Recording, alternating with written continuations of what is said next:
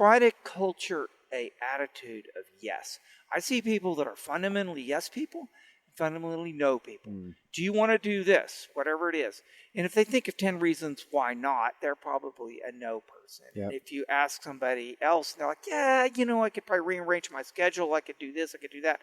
They're probably fundamentally a yes person. And if you measure the life accomplishments of yes people versus no people at the end of a protracted period of time, I bet you would see a considerable difference in, maybe not in their happiness. I mean, who knows what makes one happy or not, but at least as far as getting shit done, they are doing it.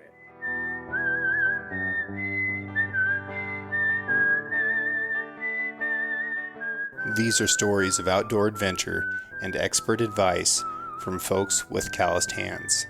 I'm James Nash, and this is the Six Ranch Podcast.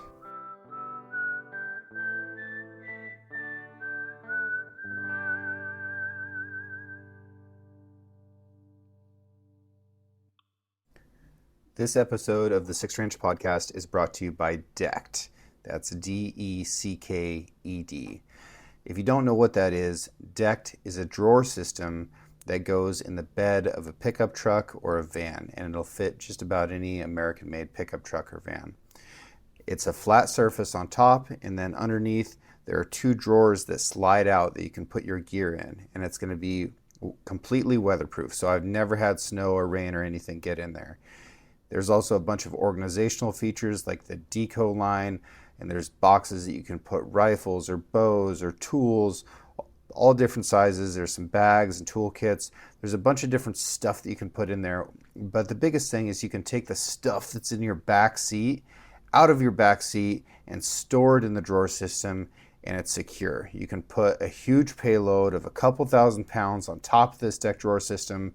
There's tie downs on it, so you could strap down all your coolers and your four-wheeler and whatever else you've got up there. It's good stuff. This is made out of all recycled material that's 100% manufactured in America. And if you go to decked.com/sixranch, you'll get free shipping on anything that you order. This show is possible because companies like Decked sponsor it. And I would highly encourage you to support this American-made business and get yourself some good gear. Welcome back to the show, Dr. Kevin Rogers.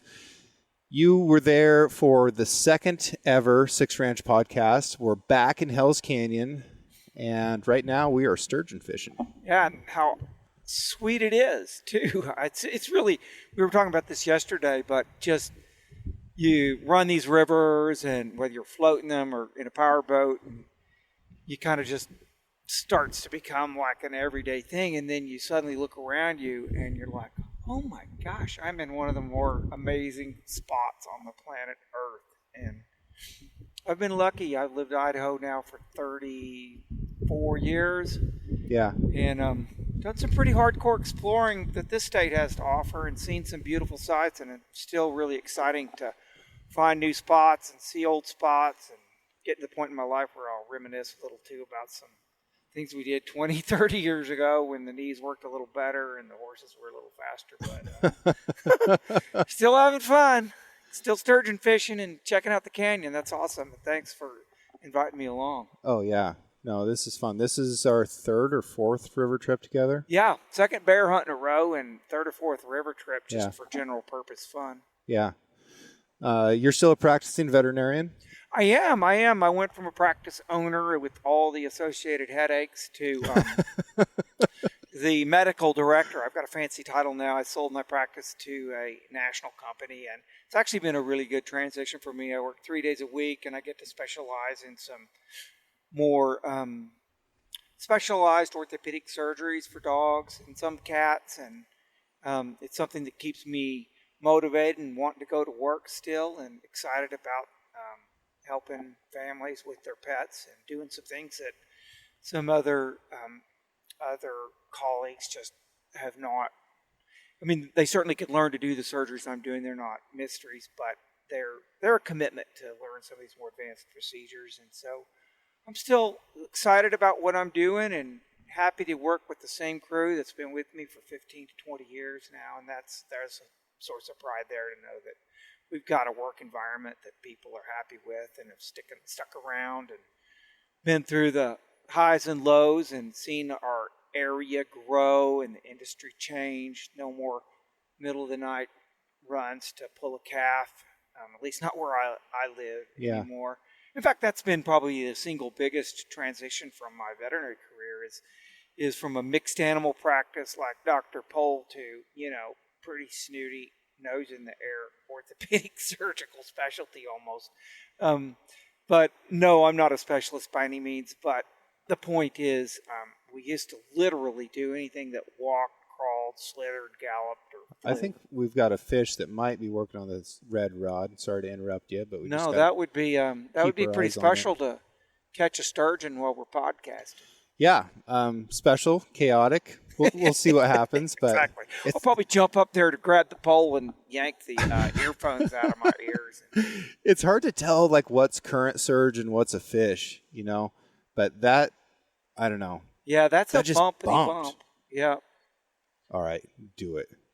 Just do it. Yeah, that would be awesome. Okay, so the orthopedic surgeries on pets. Are you like repairing ACLs on dogs? Like, that's become, oddly enough, one of the primary areas that takes up most of my day. It's a common injury in pets, and particularly, your working dogs, your labs, your hunting dogs. We see a lot of pit bulls with that injury, but it's a common injury, and in dogs, it's a catastrophic injury. It's nigh on to breaking your leg. They are very dysfunctional without a cruciate ligament intact, and so there is a specialized procedure called TPLO that I was fortunate enough to be able to train and learn, and the company that bought my veterinary hospital invested in the specialty equipment to do that procedure. And so a lot of veterinarians in the area send me cases, and it keeps me quite busy, and the results are so good. That's what makes it fun. I mean, these dogs go from barely able to get around to back to playing and doing whatever they do. Does it occur in one breed more than another? Yeah, I'd say probably Labrador Retrievers. Well, I mean, of course, it's a very popular dog, too, so the numbers are out there. But right. Labs and Pit Bulls, it seems like the super muscular legs of the Pit Bull breed challenge their ligament attachments more than some, and then their bow legs don't help either. And their owners are often very committed owners, and so if they go down, a lot of them want to get them fixed. I had one of my labs got mouth cancer last year, and I talked with Weston and Coriel, and I know they talked with you about it a little bit. My knee-jerk reaction was, well, if my young dog, 6-year-old dog, has developed cancer, then it must be from the food that he's eating. But what I learned from you was that some of the dogs that you've seen age to, the most, that have gotten the oldest, have just eaten like basic kibble. I think we as veterinarians and pet enthusiasts, if you will, used to think, a 10-year-old dog is way into his senior years, and a 12-year-old dog is about to run out of calendar time. And now we see lots of dogs in their mid to late teens. And I have to think that better nutrition and quality veterinary care are playing a big role in that. And attitudes, too. There was a time where families, I do a lot of cancer surgeries. They're not internal, widespread cancer surgery with bowel resections, that kind of stuff. They're lumps and bumps on dogs, and a lot of them turn out to be cancers. And those dogs can go on to live for years after a properly executed surgery. But the attitude plays a role. People are willing to give that surgery a chance to see if it will work. And a lot of dogs are winners because of that. Not all, but a lot. And there may have been a time where if the veterinarian says, yeah, it looks like cancer, maybe they chose to euthanize a pet. And that still happens a lot. I don't mean to suggest, and that's not a bad decision sometimes. But people's attitudes adheres to their pets' lives, no question about it. And quality nutrition plays a big role in that. There's been a lot of fad moves over the years, raw diets, grain-free diets. But the biggest thing is just, coming to recognize that animals like us are what they eat. You eat junk food, you're not going to you're not going to be around when you're 100 years old, at least not with, a serviceable body. What do you feed your dog? I feed Hill's Science Diet. It's a good quality, reliable brand with good distribution. I think there's probably certain brands that might be, have superior ingredients. They're very good quality ingredients, but in the pet food industry, shipping and transportation and freshness play a key role, particularly when they don't have preservatives. You can't have a niche brand that has a poorly thought out distribution system and no preservatives. Otherwise, you open up a $75 20-pound bag of food and it smells like old Fritos. Right. And it's just no longer fresh. And there's a lot of fats and oils that are highly volatile and won't Just last. gets rancid. Yeah, it just gets rancid. So there's better ways to feed pets, I think, than straight up kibble. But Okay. across the board, for the average family with busy, they want to make a good choice for their pet, just buying the best they can afford and making sure their pets look shiny and seem healthy. Does more expensive dog food typically mean that it's higher quality? To a certain extent. Yeah.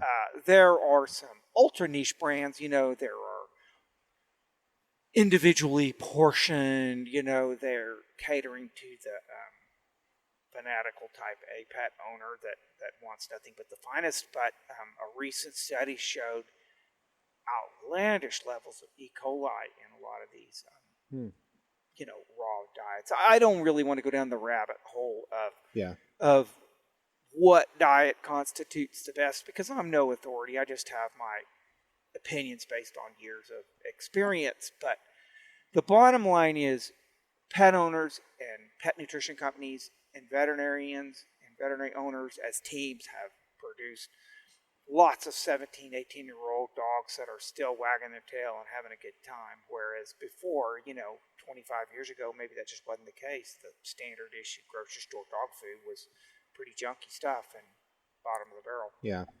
But that's not what keeps me motivated. I mean, there are veterinarians that have devoted, a lifetime to nutrition, just like there's horse owners that have, and I'm more of a dog mechanic these days.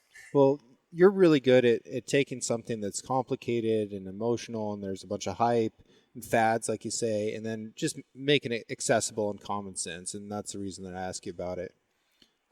So a tough question. Recently I had to put my older lab down. She was 11 years old, and that's a very hard thing. And it's something that dog owners go through, right? Mm-hmm. And when I posted about it, there were so many people that wrote back and said either, we just had to put our dog down, it was terrible, or our dog's getting really close. A question that I had, because this is the first time I've had to do it personally, is how do you know when it's time? So what advice do you give to people as far as knowing when it's time to put their pet down? There are, to say that's a gray area is an understatement of the century. There are some hard and fast. I mean, if a dog is crushed in an automobile accident and it's in exceptional pain and there's no coming back, lingering for 4 or 5 days just to, gather the family seems cruel. And I will be blunt with owners when it's those rare situations. What's more common is, like you described, an older pet, they're wearing down, their mobility is suffering, they've fought the good fight, or maybe they have, like you, a mouth cancer. So eating is becoming a chore. So the first thing I do is just ask a family, what's life like around your pet? What are you seeing? And what I'm trying to get at is if they see suffering and that's what they articulate to me, and they are just trying without saying it to get permission, so to speak, from somebody they view as an authority on the subject, that it's okay to let go because their heart of hearts knows that it is. You have to see that, and you have to hear that, and if that's what you're seeing and hearing, and then I try to gently let them know it's okay. And Yeah. your heart is probably the best guide. No amount of science and x-rays and, going to the vet school for an MRI is gonna change what they already know in their heart of hearts. But if they're on the other end of the spectrum and, they just can't let go and, they've got a diabetic animal that's urinating in the house and the animal can barely rise and they're covered in their own waste, those people sometimes need a little nudging, a little reality check. And so threading that needle without being overly blunt or overly anything and just listening is what I found to be the way to transition into a place where the owner is comfortable with. They may be sad about it and they may mourn the loss, but they know they made the right decision. And that's something I've passed on to, associates and veterinarians that have worked for me or just colleagues when we have this conversation is when the decision has been made, be supportive. Remind them that they're making the right decision. I even go as far as to say, now you're going to go home and find yourself second guessing the decision you made. Why don't you just trust your heart and know that you struggled with this choice and you made a decision and it was the right decision because your heart said it was. And honestly, I get more cards and letters of thanks from clients regarding that particular facet of veterinary medicine than I do for fixing a horribly complicated fracture. It's a challenging, emotional, difficult time that the average person that's never experienced really doesn't comprehend until they have to go through it with a beloved pet. And it's a challenge. And if the challenge is met, in a way that compassion and ending suffering, it just all comes together, then there's a weight lifted off of their shoulder and there's a old pet that's gone gracefully to the other side and it all works out okay. Yeah. And, you don't hear, I'll never have another pet. I'll never do this. I'll never this. It's part of life. And so it's something that's a challenge and veterinarians and owners have come together on that in 1,000 different ways. But for me, listening and talking and trying to get inside their head a little bit to understand what their perspective is from the outset is served me well. In our clinic, Double Arrow Vet Clinic, they could not have been more gentle and compassionate and graceful and professional through that ordeal. And when you're dealing with difficult things like that, from your perspective, like you're dealing with people who are emotionally distraught, animals who are suffering and hurting. There's all these different levels to it. What are you doing to help your own mental health? That's a good question, and I think that's something that veterinarians of different personalities coming from, vastly different backgrounds have dealt with, some better than others. They talk about compassion fatigue in veterinarians. I'm sure it happens in all healthcare industries where, to that person that you're dealing with, this is the most emotionally charged event of their year, maybe. For you, it's the fifth one of the day. Right. And, but right or wrong, my motivation as a veterinarian, because I actually got into veterinary medicine as a large animal, horse, cows, how I transitioned over the years into somewhat of a bone and joint mechanic is a little bit, that's a story in and of itself. But what I was getting at was I've always come at veterinary medicine from the standpoint of more the family and the person. The hardest ones for me, for instance, are the elderly man or woman. They've lost their spouse. They've got this pet that sits in their lap all day long. They're fairly sedentary. And they may be at the end of their, life as well within, 5, 10, who knows, years, but they've got this pet that's been a 10, 15-year companion, maybe back to when their spouse was with them. And you know that loss is going to be huge. And so somehow my mind goes towards the person almost as much as the animal itself, because I see what kind of impact that loss is going to have for them, and try to be, exceptionally tender, because and it depends on who you're talking to. Sometimes the biggest burliest guy that's a logger or a bulldozer operator or an oil field, the tough guy attitude is the tenderest, most sensitive, hurt by this more than the spouse or the kids. But if you know your clients, it's easier. If they just walk in off the streets, it's more challenging. Yeah. Well, I don't know whether people think that I'm tough or not, but I can guarantee you that I'm not when it comes to my dogs. Well, and I think that that's a sensitivity that veterinarians have to have, is to understand that it's not how many calluses on your hand. It's, how many times that dog has comforted you in hard times, or how many times the old lab that's got bone cancer and can barely walk and is still dropping a tennis ball at your feet. Right. It's just pretty hard to say goodbye to. So, yeah. It's that part of veterinary medicine scares a lot of otherwise I'd love to be a vet. I mean, that they think about that, but honestly, the bigger challenges, and I think the thing that would dissuade people from being a veterinarian after they've actually been in the trenches doing it for a while, is not so much that aspect of it. That actually can bring comfort to the family and to the owner if handled well.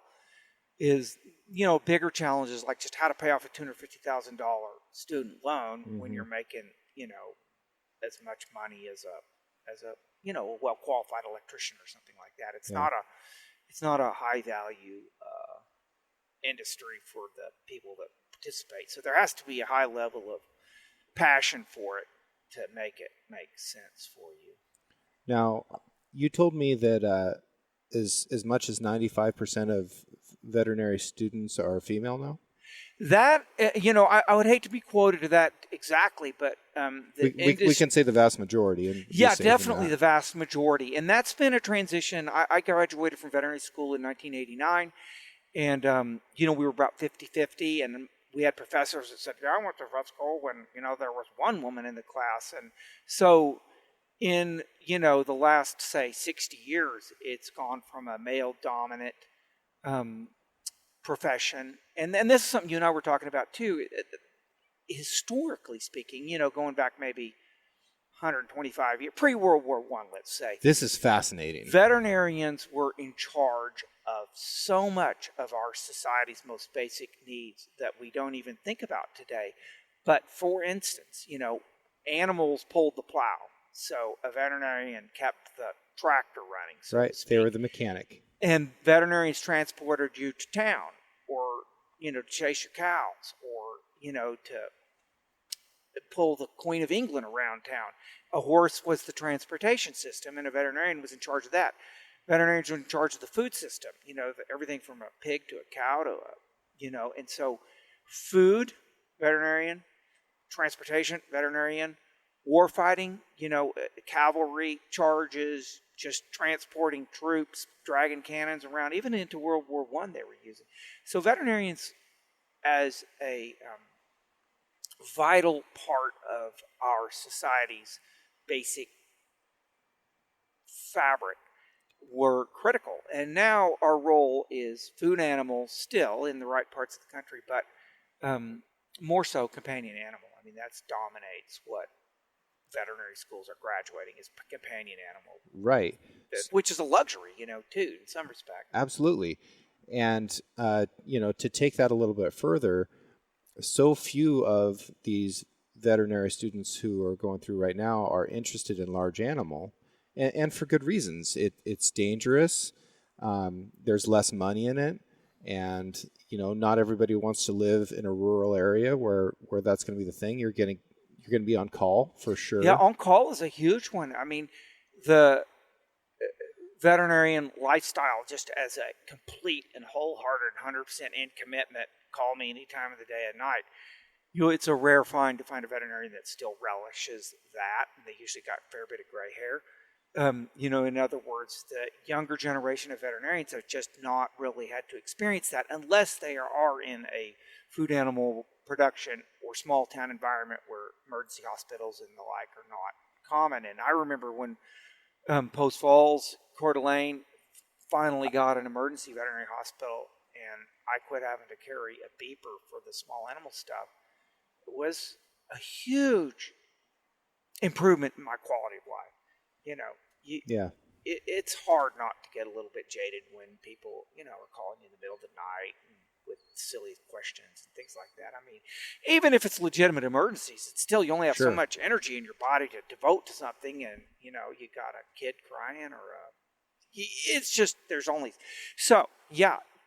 the lack of enthusiasm for hardcore food animal, pulling calves, dehorning goats, just whatever it is a challenge. And the way Idaho has faced it is they offer student loan forgiveness for the veterinarians that will commit to living in smaller communities and providing a very much needed service. But it actually got so bad I think they recently declared the entire state as a small community. Wow. So if you're willing to do food animal work, the state of Idaho is willing to help pay off your student loans. What an incredible opportunity. Oh, it is. And then there are savvy people that actually have an enthusiasm for it that maybe don't want to do that forever, but they're willing to commit to it. It's a little bit like joining the military service for the college, the GI Bill or whatever. It's like, well, I don't really want to be a soldier, but on the other hand, I'd like to go to college and become an engineer or whatever, and maybe they'll like the service and stay in it. Maybe they just do their obligation and move on. But yeah, so that's a thing. But it is a huge dynamic shift in the overall. But it's like everything else. It's there are very dedicated veterinarians graduating now that have a passion for what they're doing, and I've seen no negatives. Maybe if you're a rancher out in the middle of eastern Montana and you can't find a veterinarian to come out and help you with a C-section, so you lose your cow, you may cuss the changes that have happened, and that is unfortunate. But it is what it is, as they say. Yeah. Well, it might just get to the point where more ranchers are going to have to be able to perform those tasks on their own. That's going to be part of it. I think there's going to be just like in human medicine where physician assistants, nurse practitioners have taken over a lot of the family health type roles that family doctors traditionally did. They're very well trained. They're experienced. They've got, doctors that they can call on for advice. They've got access to those people. It's an access thing, and it's a compromise. You could say, well, maybe we'll just double the number of medical doctors we're graduating and solve that problem. But you don't necessarily need to. But you need training, and you need professionalism. You need standards too, so that there's not suffering, or abuse of the system. But I think that's probably where it will go, is a technician level, nurse level training for large animal veterinary. It already is. I mean, artificial insemination work, embryo transfer work in horses and cattle is for the large part done by non-veterinarians. What's the brightest part of the job for you?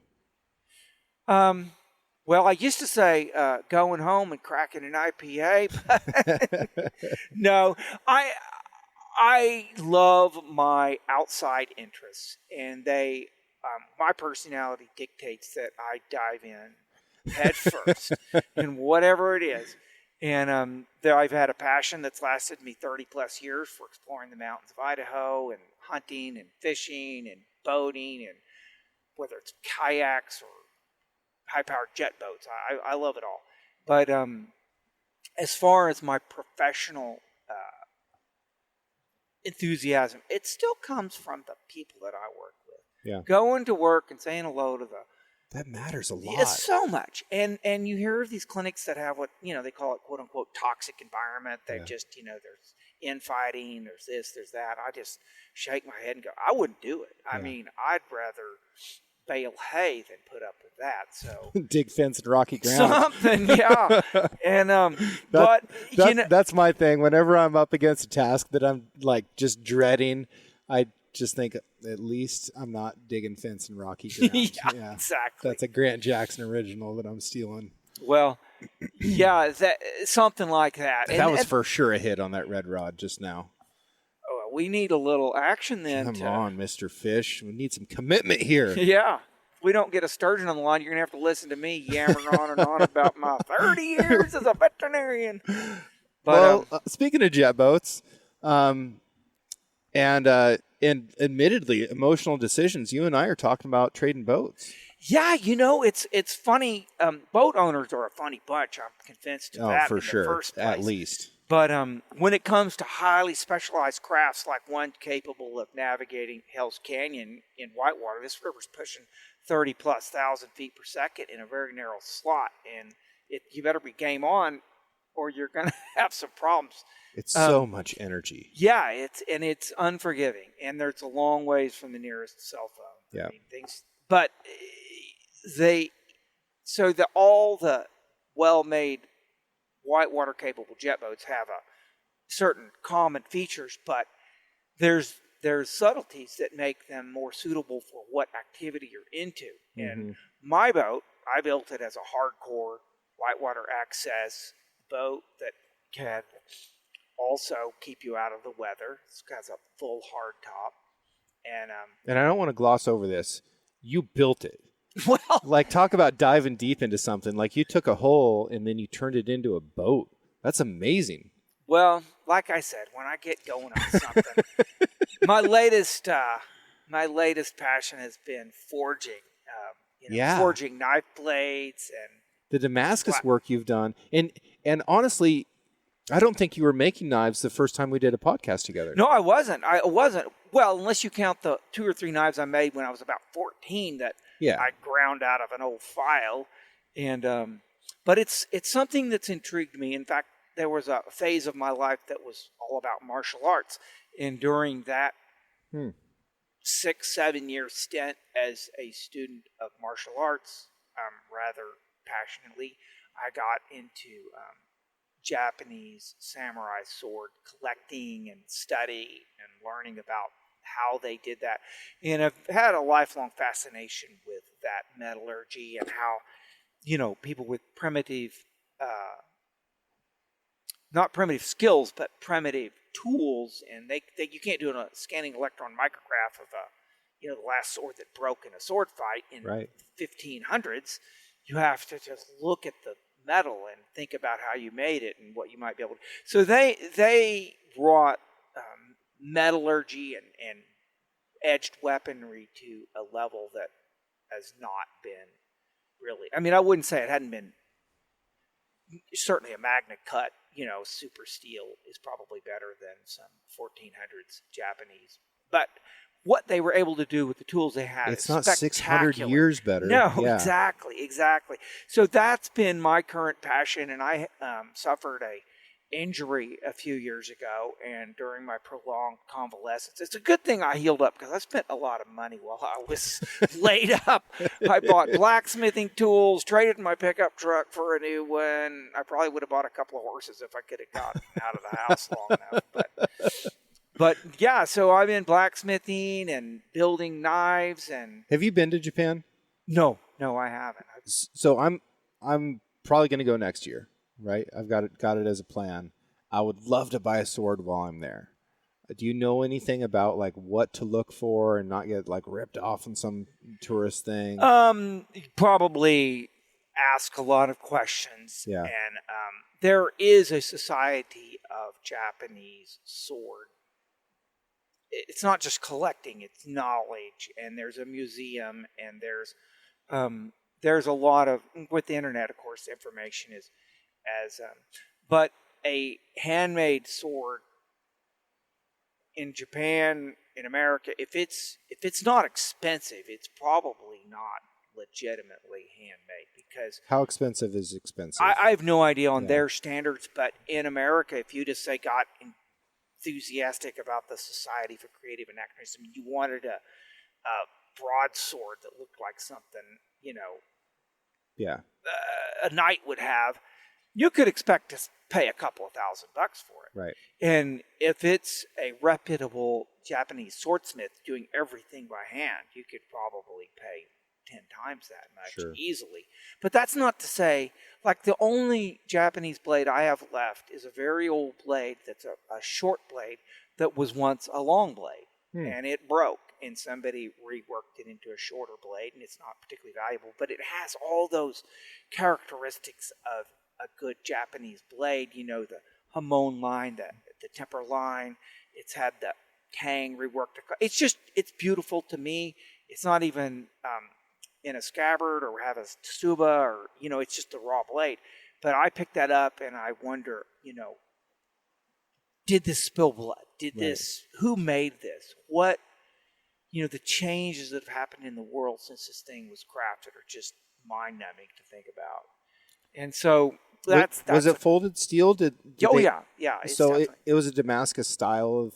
Yeah, Damascus is a term that comes from, I think, probably Damascus, Syria. That there was a group of bladesmiths that had a very secretive method of metallurgy where they folded the metal, much like the Japanese swordsmiths did. But and I think it was the Crusaders that encountered those blades, much to their misfortune, because they were wickedly better than an English blade. Mm-hmm. And they usually wound up on the short end of the stick, so to speak, with that encounter. And they wanted to know what they did, and nobody would tell them. And so people have been trying to reverse engineer Damascus steel.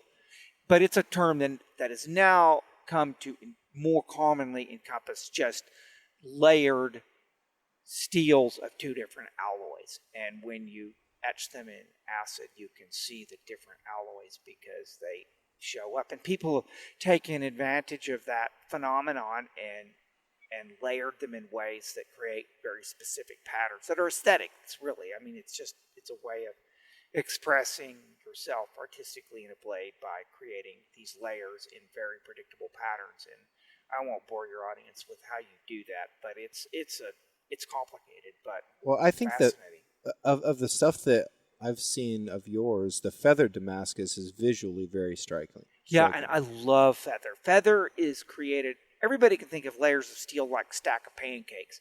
Imagine if, or stack of, let's say, red and white Play-Doh, and you stack them up like a tall stack of pancakes. And then you took a relatively dull knife and mashed it down through the middle of it. And as it wedged its way through that stack of red and white Play-Doh pancakes, it drags them down. And then if you heat it up to 2,500 degrees and smash it a bunch of times and put it back together, it has that wedge, and that's what creates that feather pattern.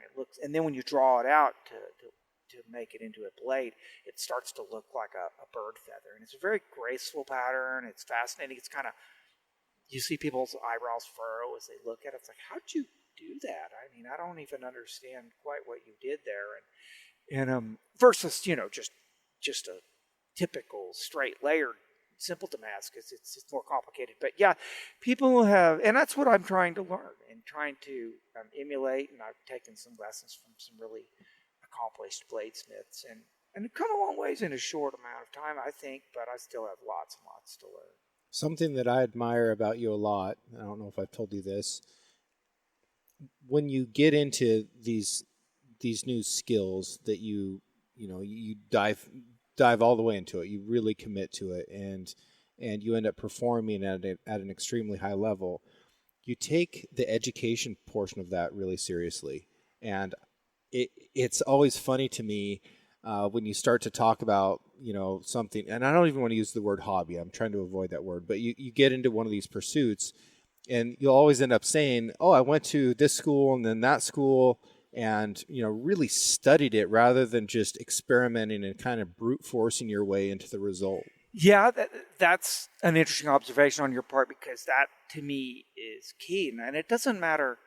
I've branched off, if you will. It's part of my mad science mentality. I mean, I probably wired different than some people, but it's been fun. I mean, I'm 62 years old, and I think back on, you know, people talk about bucket lists. My whole life's been a bucket list. I've Right. just, when I get excited about something, I try to pursue. I try to keep it in context. I don't make my family suffer. I don't. There is a balance, and my personality is, you could easily swing your balance way too far, I guess.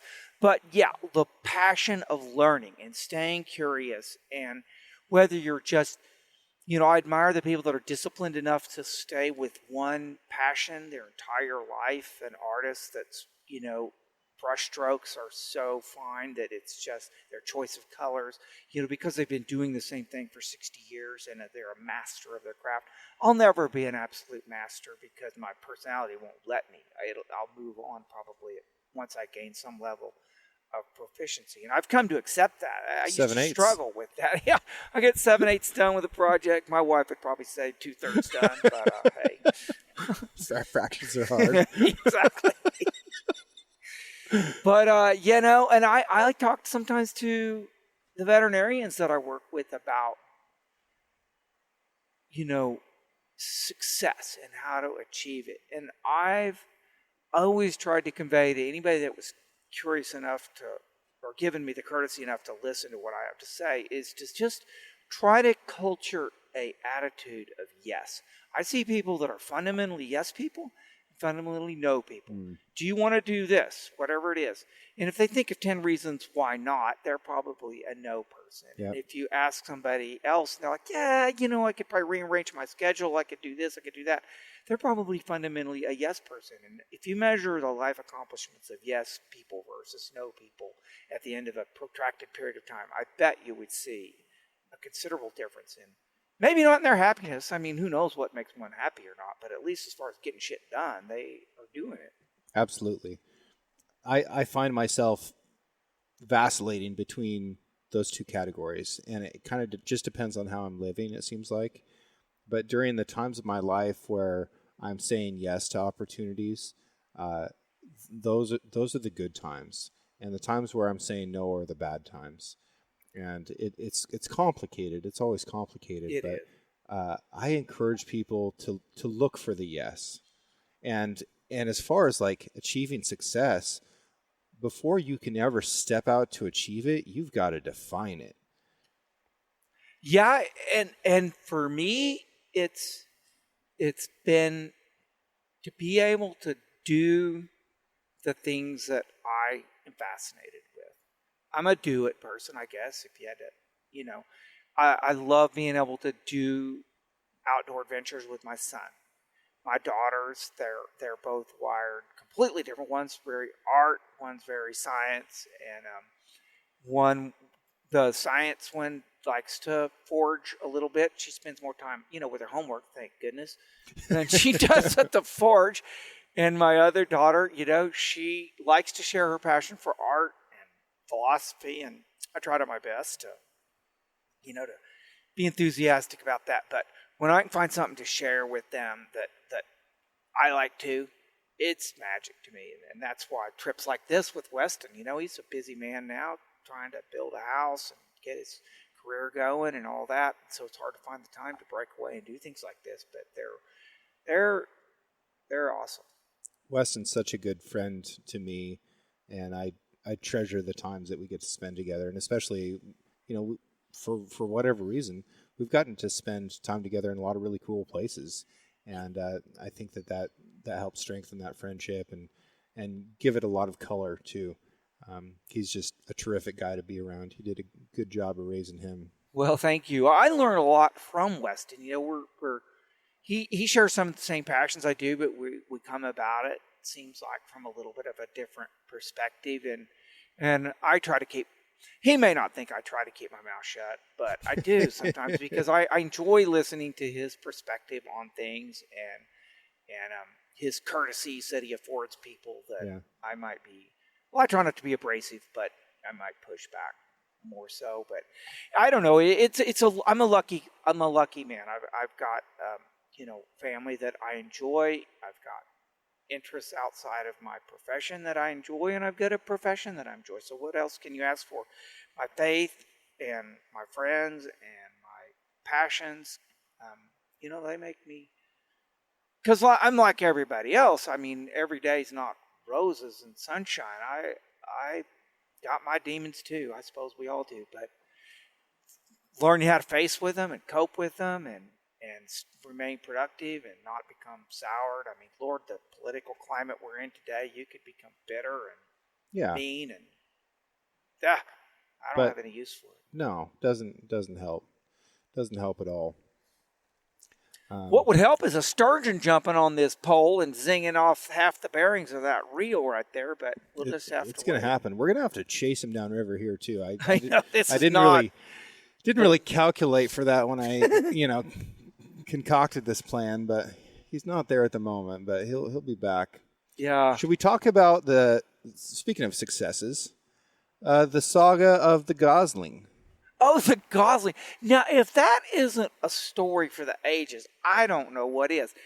For your audience's benefit, we were sitting around camp trying to hide from a pretty constant rain yesterday under a tarp, doing what bear hunters do. Day before mostly yesterday. Sit around bullshitting. But, yeah, day before yesterday. And we kept hearing this beep, beep, beep, beep, beep, beep. And I thought it was like a killdeer or an osprey on the other side of the river, but it slowly got louder and louder, and danged if we didn't look down, and there was like a 4 or 5 day old goose gosling waddling up the bank like we were its long lost mama. And all us natural born killers jumped up and started offering it gold chip crackers and worms, and I busted out the sat phone. I'm calling my mom to see what baby geese eat. We're breaking apart Nutri-Grain bars and giving it worms, and we were all deciding who was going to take it home and let their children raise it up proper. And this little goose, I think it had gotten chased out of its nest or gotten swept up in the current because the river's pretty high. The river's flooded up. Yeah, right now. And so we were thinking, wow. So we made it a nest for the night. And James got up several times in the night to check on the boats with the water fluctuating. You don't want to leave your boat, washing down the river or high and dry if the river drops. So he was checking on that. And about daylight, the little gosling left us. Yep, 6 a.m. Well, I guess it wasn't meant to be. Hopefully he found his mom. And then we're downriver. Was it the next day or just later that afternoon? Yeah, so this is the next day. Yesterday morning, it left at 6 a.m. and because I'd been listening to it peep all night long, and we're like, okay, maybe it swam away, maybe a skunk got it. There's a world of things that can happen badly to a baby goose that's all on its own. So we're miles downriver, like multiple miles downriver, in the afternoon, sturgeon fishing, and we hear a beep, beep, beep. We're like, no. This thing swims out of the rapids into the eddy. Weston jumps out of the boat, runs down the bank. Makes a beeline for Weston. And this thing swims straight to Weston, and he scoops it up and it's back. I can't believe it. We're like, are you kidding me? Okay, so then we figured out that it really liked to eat caddisflies. So now everybody's running around, scooping up caddisflies, and we're feeding this thing, and it's just making the sweetest little happy goose noises. And we're like, gosh, I guess, we're really going to have to bring this goose home with us. Weston makes it a little nest box, and it didn't love the nest box, so he ends up, bringing it onto his sleeping bag all night long, where, it didn't sleep well. It peeped all night long. And then this morning, we're drinking coffee, and we were yeah, so we set the gosling down, and it swims out to these 2 adult geese that have one other gosling with it, and then they turn around and head back upriver. Successful wildlife reintroduction. It was rarely happens. Magic.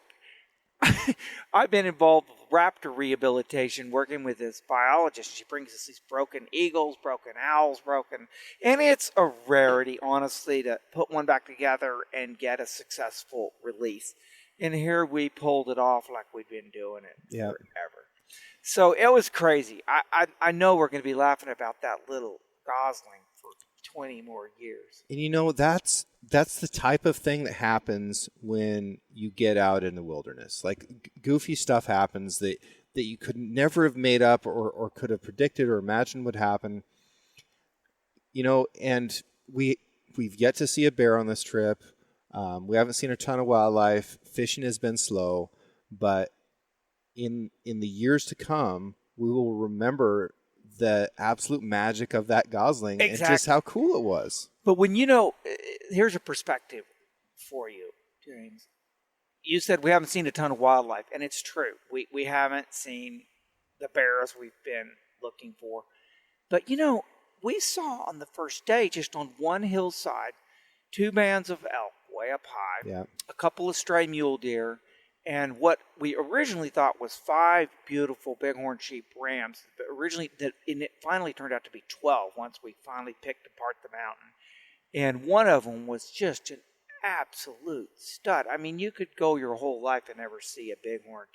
So it's a matter of perspective. Matt got within like 15 yards of him and got some great pictures. We've seen mule deer, we've seen geese, bald eagles carrying fish, we've seen sturgeon rolling in the river, we've seen elk, mule deer, goslings, mama gooses. So we've seen some stuff.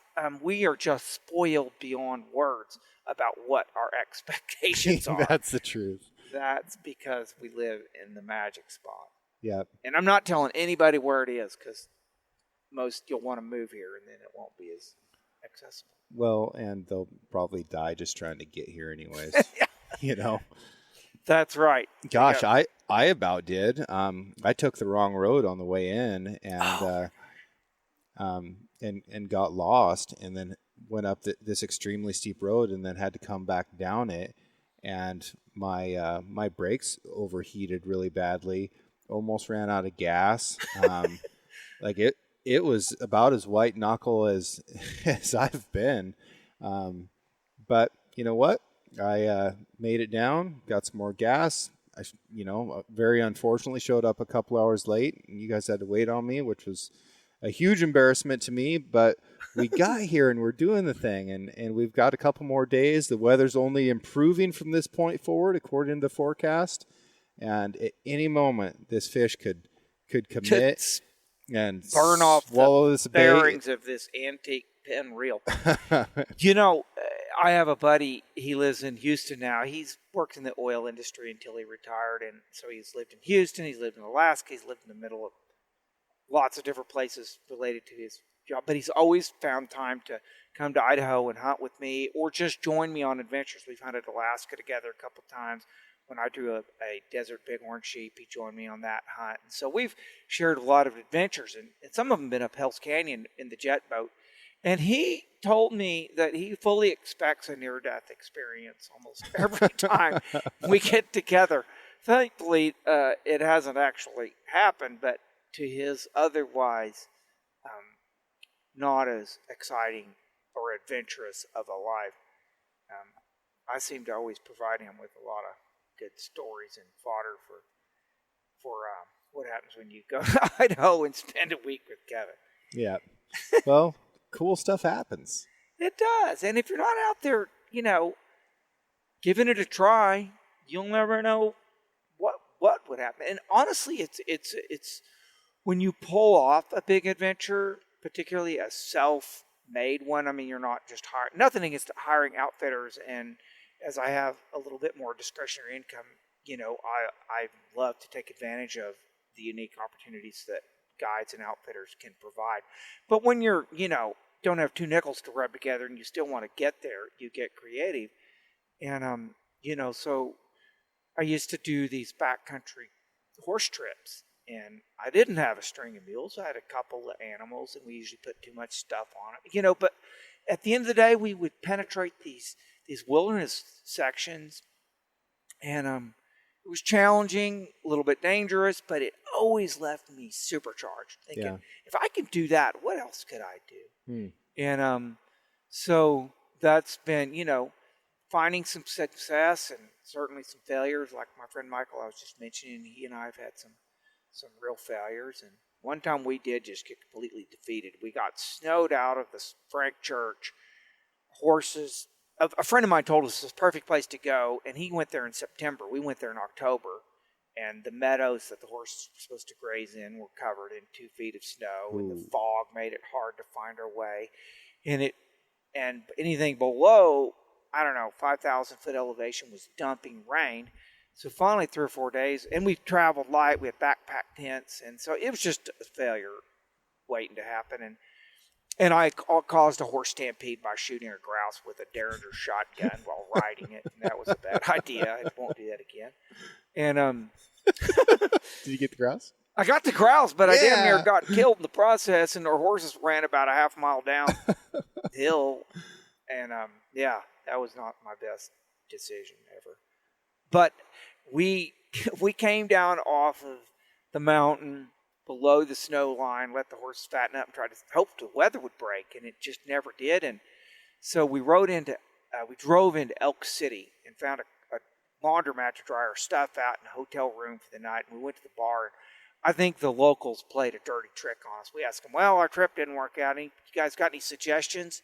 And they told us, I think, some completely worthless animalless canyon to go try because they were just, we were out of town. Mean-spirited. And we tried it for a couple of days and got soaked again. And Michael finally said, I think we should go to Missoula, find a place to park these horses and just drink microbrews for the 4 or 5 days we've got left of this trip. So that's exactly what we did. We found a veterinarian that was willing to keep our horses if we shovel their crap. And we parked our horses at his vet clinic and enjoyed Missoula for a few days and then rolled home. What's one piece of advice you would give to your younger self? Say 16-year-old Kevin Rogers. Oh boy, that's a really good question. Well, I don't know. I'd have to think on that one, and we probably don't have time for me to really think. But the thing that I wished I would have made my life easier. I always knew that I wanted to get an education. My grandfather was a medical doctor. My father was a medical doctor. My mother was a music teacher. Everybody in my family had achieved a level of success through education, and I wanted that for myself. And we lived at the time in a really small town that had a very less than quality educational experience. I was just joking that, I'd never written a composition when I graduated from high school. I'd never read an assigned book. I read lots of books just because, I read the Encyclopedia Britannica from A to Z before I finished junior high, but that was just because I was curious. But I guess what I'm getting at is it's hard to tell a 15, 16-year-old farm boy to study and to get a good education and take every opportunity to learn, even the things that you don't think you will need, like your algebra or your chemistry or whatever, because you just don't know when those tools, it's unlikely I'll ever have to solve a ideal gas law equation ever again in my life, but if I would have known a little bit more about that, getting through college, achieving those benchmarks to get into graduate school or whatever would have been so much easier. And it was a major stress in my life that plagued me until I finally graduated from college. I just wasn't sure it was going to happen because I just was unprepared, really. So your advice would be to seek out the study. Take it if you have any inclination that you want to achieve higher education goals, it's not going to happen just because you want it to. You've got to work at it. Some people are more gifted than others. I'm more of your what is it, ant, grasshopper? I'm an ant. I just keep going until I get to where I want to go. I don't, burn it out. But I guess do the work. Yeah. Do the work. The preparation, whether it's backcountry horse trips, finishing vet school, it's old-fashioned advice, but just you got to do the work. Yep. If you just expect stuff to land in your lap, and take the chances too. That's the other thing. Yeah. Is, I don't fault people that take a fairly easy out, not an out, but, an easier path versus one that doesn't have a certain outcome. But if you've got a passion for that, just at least give it a try. Give it a go. You know, coming back from dead broke is not that hard. I've been broke for a long time. You can't go to vet school and not know what poverty feels like. I mean, that's a fact. Yeah. And you know, my friend who was an electrician, straight out of high school, got a journeyman electrician, eventually his contractor's license. I was still slogging it out in vet school, and he was making fat stacks, and I was starting to think, maybe I didn't make such a good idea, but, you know, do what you want, but plan to work at it. I think that's great advice. I think that's great advice for people of any age. And any endeavor, whether it's accounting or roping steers, you know, the more time you spend doing what you want to do, the better you're going to get at. And if you get really, really, really tired of it, find something else to do that lights your fire, if you can. I mean, I know that that's a luxury that not everyone is afforded. In other words, if you get vested in a job and you are sick of your supervisor, you don't just walk off the job just because the whim takes you. I don't mean like that. But, you know, we live in a country where you literally can get what you want if you're willing to work at it, whether it's through education or just straight up hard work or passion or whatever it is. I still believe in the American dream, and it makes me sad when I hear people say the American dream is a fleeting experience. You know, when so many people are pouring into our country to try to, they still believe in it. And they're getting it. They're getting it. And I think the difference is the willingness to work. If you have the willingness and the ability to work today, you have a greater advantage than somebody who had that same willingness and ability 30 years ago, because you're in the minority now. So I think that work is having its moment right now in a really special way. Yeah, I still think the opportunities are limitless, really, in ways that I could not have imagined, you know, quite a few years ago. I was fortunate to grow up surrounded by overachievers and people that, you know, my grandfather graduated from medical school in 1929. I think he delivered like 15,000 babies during his career. He pioneered numerous very important OBGYN related surgeries. He lectured all over the world on surgery. So, you know, he was a real inspiration to me, and to see the passion that he had. And my father too, he was a radiologist, and he had, like me, he had hobbies. He liked to restore antique cars, and he just did what he wanted to do, so to speak. But he worked really hard at it, and I saw that. And so working hard for the things that you want to do has been part of my hardwire, and I like it when I see people dig in and burn the midnight oil. Yeah. You know? Yeah. And it's a part of it too is our expectations. You know, I drive through Post Falls, and we've experienced so much growth there. When I moved there were 3,500 people there and 9 sawmills, and now there's no sawmills and 40 or 50,000 people. But a lot of those old homes are still there. You know, and everybody talks about, well, you can't afford a home these days. If you look at some of the homes that these people were proud to own back in the 50s or whatever, when they were built, you know, they were literally probably 400 square feet. You know, they think that we invented the tiny home these days. Just drive through Post Falls in some of the areas where the sawmills were. Little homes, little families, you know, just living the American dream. And they weren't getting rich, but they were free. That sounds cliche, but it's true. Yep. Yeah, and we can have it too. And it is hard. It is hard today, but it's doable, just like Weston's doing right now. Yeah, so absolutely. Well, I'm gonna wrap this up, freshen up these baits, see if we can feed this fish. He's there. We got to get him. Well, thanks for the conversation. It's been fun getting back together. Like last year, we went up the Salmon River. This year, the Snake, and what a blessing. So thanks for having me. Thank you for being a part of it. It's always a pleasure. Thank you, sir. You bet. I just want to take a second and thank everyone who's written a review who has sent mail, who has sent emails, who has sent messages. Your support is incredible. And I also love running into you at trade shows and events and just out on the hillside when we're hunting. I think that that's fantastic. I hope you guys keep adventuring as hard and as often as you can. Art for the Six Ranch podcast was created by John Chatelain and was digitized by Celia Harlander. Original music was written and performed by Justin Hay, and the Six Ranch podcast is now produced by Six Ranch Media. Thank you all so much for your continued support of the show, and I look forward to next week when we can bring you a brand new episode.